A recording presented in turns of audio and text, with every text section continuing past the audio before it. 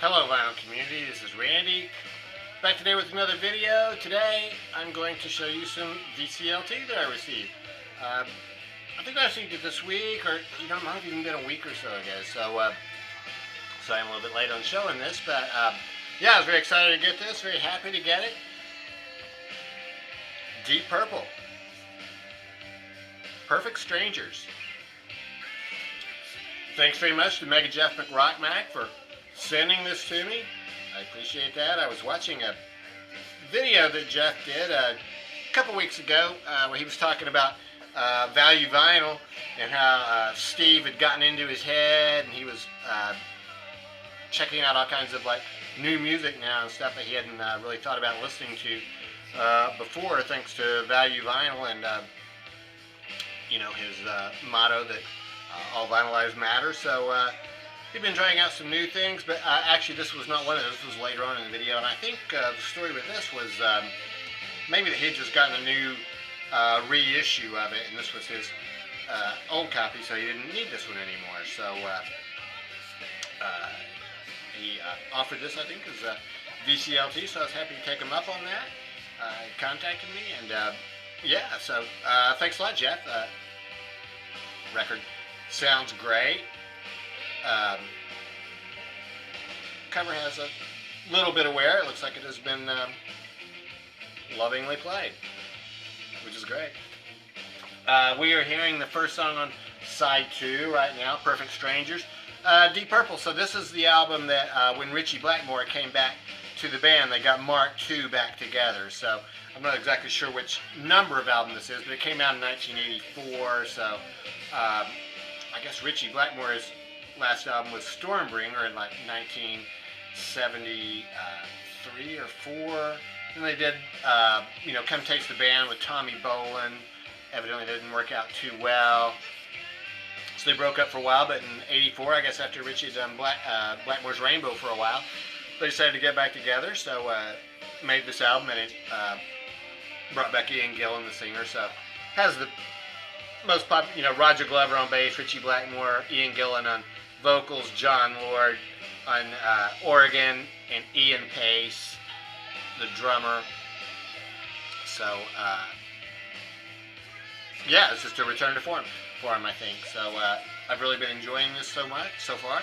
So thanks very much, Jeff, for sending this to me. I appreciate it, and yeah, good to listen to that.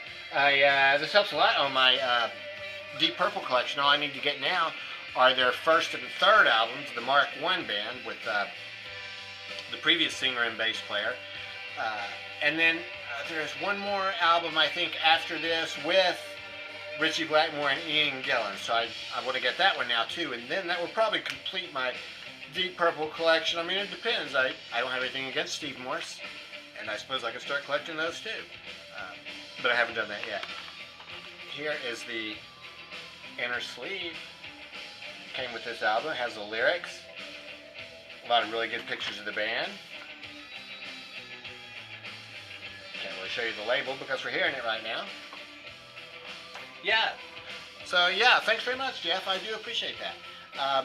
I got some other. I got another couple records in the mail this week, so I'm going to show those to you now. We're going to switch to different music here. This could be a sort of a change of pace here. I received in the mail on Friday this record, Bird and Diz.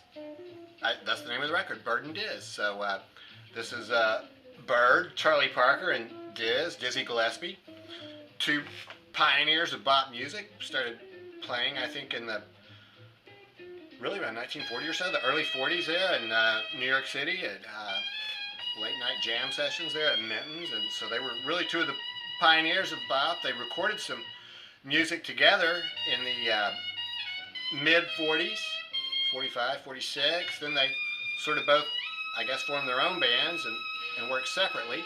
But in 1950, Norman Granz, who's I think the guy who formed Verve Records, got them back together, put a band together for him, and had them do some more recording. So they recorded this album.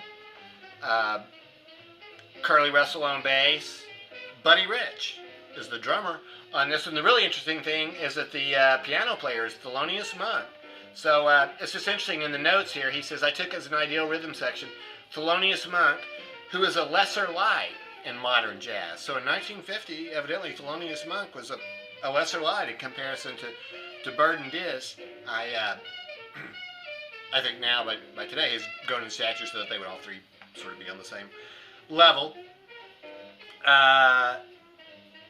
Yeah, so this is not the record that we're hearing right now. We're hearing a different Charlie Parker record, which I'm going to show you in just a second. Interesting thing to me about this one is the first song on side A is called Bloom Dido, which, you know, that the guy in Gong is named Bloom Dido. So I suppose this is where he took that. I think he's their saxophone player. I guess this is where he took the name. I'd never known before. So yeah, it's a beautiful cover. This is on. Well, I think this is a Verve reissue, so a Verve label group, but the I guess they used the original label from the 1950s, so it's a beautiful label there. Yeah, the only thing I would warn you about this record is it's only 25 minutes long, so both sides are about 12 minutes long. So yeah, these are two pioneers of bop music. So all the songs are really only 3 minutes long, so this is not like you know, hard bop when they started expanding the songs into, you know, 8-10 minute long songs where there would only be, you know, maybe 2 songs on each side of an album. These are all, you know, 2, 3, 4 minute long songs, so they just jump right in. I mean, there's no waiting around. They jump right in. They do their solos. The other guy takes a solo. They play the chorus again, and then they wrap it up. So, yeah, I'm really enjoying this. And there's a couple pictures on the back. There's Charlie Parker and Diz. So, yeah, really enjoying that one. The very first jazz album I ever got was Charlie Parker, The Very Best of Bird. This came out in 1977. That's when I got it. I was still in high school. I wanted to start listening to a little bit of jazz, so I went to the record store, and the lady there, I think, suggested this one to me. It's a 2-record set. These are recordings from about 1945 to 47 on Dial Records. Here is a picture of the people who are involved. So here's Bird over here. These other people I'm not sure, but this is the guy who is the producer, Ross Russell, who wrote these extensive liner notes. So they really are good liner notes. He really goes into pretty good detail about each of the recording sessions. So Charlie Parker works on this with a bunch of different bands. You know, he didn't go in and record an album's worth of material. They would go in and record, you know, like 4 sides at a time, I think. 2 or 4, something like that. So, yeah, this has a lot of his different bands. So Miles Davis plays on this, along with Lucky Thompson. The piano, there's all kinds of different people, so Miles Davis is not on every song. Howard McGee plays a lot of trumpet on it. There is 1 or 2, I think, with Dizzy on it. There's a couple songs on here with Errol Garner playing piano, which is, you know, kind of unusual because Errol Garner, I think, usually does not accompany other people. He usually is himself with, I think, a drummer and a bass player.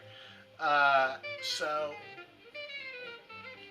yeah, this was my introduction to Charlie Parker 2-record set. These records, I tell you, even the one that just got reissued that I got day before yesterday, I mean, they just have a different sound to them. They don't sound scratchy or loud or noisy or anything like that, but just it's a different sound from modern recordings. It's a standard Warner Brothers label. I think when I was in Germany, I picked up this Charlie Parker Birth of Bebop record. So this is a Giants of Jazz. So this was made in Italy. So this documents 1944 to 47. So this goes back a little bit earlier than that other Charlie Parker record that I just showed you. On this one, he's playing with a lot of different artists. So Tiny Grimes Quintet, Dizzy Gillespie Sextet, Dizzy Gillespie and his All-Stars, Red Norvo and his Selected Sextet, So once again, it's that same thing where really these people just went in, I think, and recorded, maybe 2 songs or 4 songs in a day. And they just called the band something. There's one on here that is an A-side Loverman and a B-side Bebop. The A-side is credited to Charlie Parker Quintet. The B-side is credited to Howard McGee Quintet. It's the exact same quintet, exact same 5 people. Yeah, so anyway, this is just another very early jazz record that I have. Charlie Parker, we hear that name a lot, but you never see his records, I think, because he didn't really make albums so much. He died in 1955, I think, when albums were really becoming popular, so if you try to find his early 10-inch records on Dial, those are just really expensive, like several $100s, so, reissues are pretty much the way you're going to have to go with Charlie Parker. I got in the mail this week this Red Norvo record. I just showed you on that last record that Charlie Parker recorded with him in 1944. Red Norvo, a guy from, I think, the early 30s. He was a part of the swing era who, I guess, transitioned a little bit. I mean, he played with Charlie Parker, their son, but he, I think, is not known as a bop musician. He's more just mainstream jazz. So, yeah, he plays vibraphone. When I first got this album, it just seemed a little bit just too average.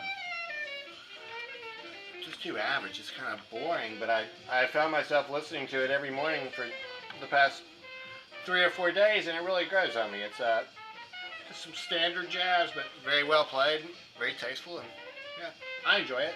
So, I've never seen this before, where there's a blank here, there's some information here about the bands. It's a page, blank page, and then here's some more information. It's a nice package.